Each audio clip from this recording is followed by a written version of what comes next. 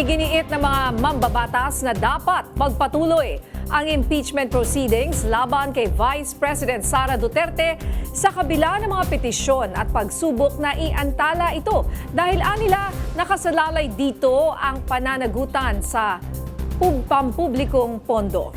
Yan ang umarangkadang balita ni Mari Ocampo live. Mari.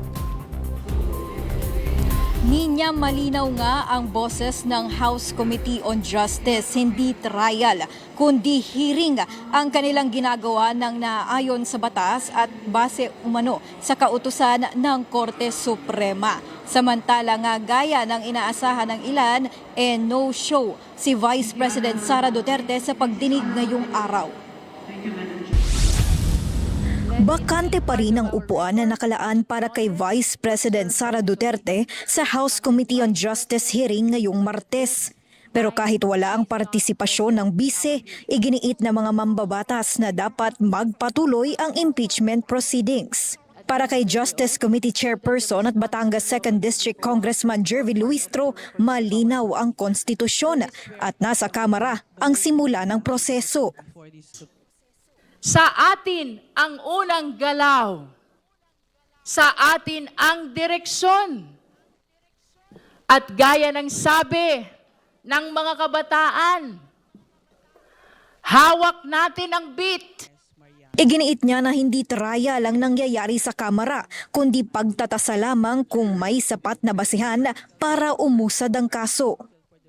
The House initiates. The Senate decides. I will repeat. The House initiates. The Senate decides. Ang ginagawa natin dito ay hindi trial. Ang tanong lang natin, may sapat bang batayan para umusad ang proseso?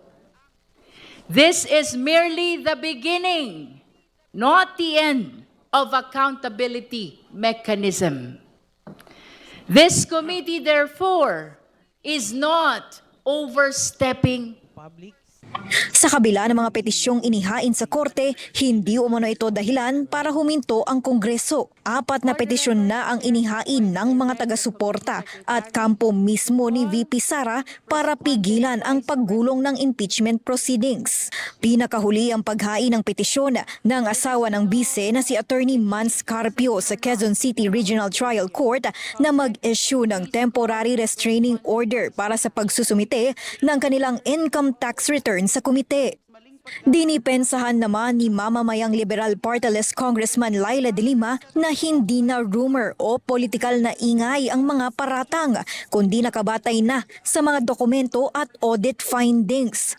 Particular, Madam Chair, on December 23, 2022, more than 100 recipients allegedly got a total amount exceeding 15 million pesos. At kinabukasan, December 24, 2022, 40 recipients ang sinasabing tumanggap naman ng mahigit 5 million pesos.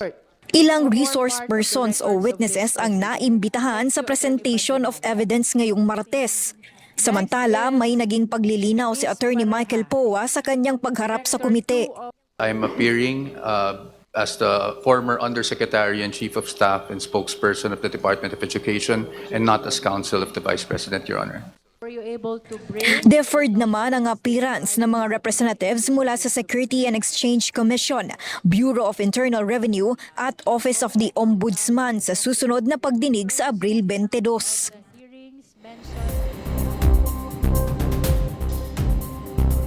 Ninya, sa mga oras nga na ito, patuloy pa rin ang pagdinig ng Kamara kaugnay nga sa mga impeachment complaint laban sa Vice Presidente at sa mga oras na ito nakasala nga ang isang taon mula sa PSA at kanina nga napagdesisyonan na nga rin matapos ang isang motion na i-adopt ng Committee on Justice yung transcript or yung records noong pagdinig ng Committee on Good Government and Public Accountability noong 19 Congress noong nagkaroon nga rin sila ng pagdinig tungkol sa confidential funds ng Vice Presidente. Ninya? Mari, so sabi mo ngayon nakasalang ang PSA. Pagkatapos ba nito, meron pang susunod at mga anong oras sa tingin mo matatapos iyang hearing ngayon dyan sa Kongreso? Ninya, mahaba-haba kasi yung listahan ng mga resource person nga na kanilang inimbita. 3 nga rito pinapabalik na lang nga nila sa April 22. Pero inaabangan kasi ng karamihan ngayon si Attorney Michael Poa na sumalang nga at sa mga oras nga na ito, mukhang matagal-tagal pa ang aabangan ng publiko. Ninya? Pero today ay inaabangan ang kanyang pagharap. So sigurado na ngayong araw na to ay haharap si Attorney Michael Poa. Tama niya, sa mga oras na ito wala tayong nakikitang signs o komento mula sa mga kongresista nga na mukhang ipagpapaliban yung kanyang pagharap sa komite. Ninya? Maraming salamat, Mari Ocampo.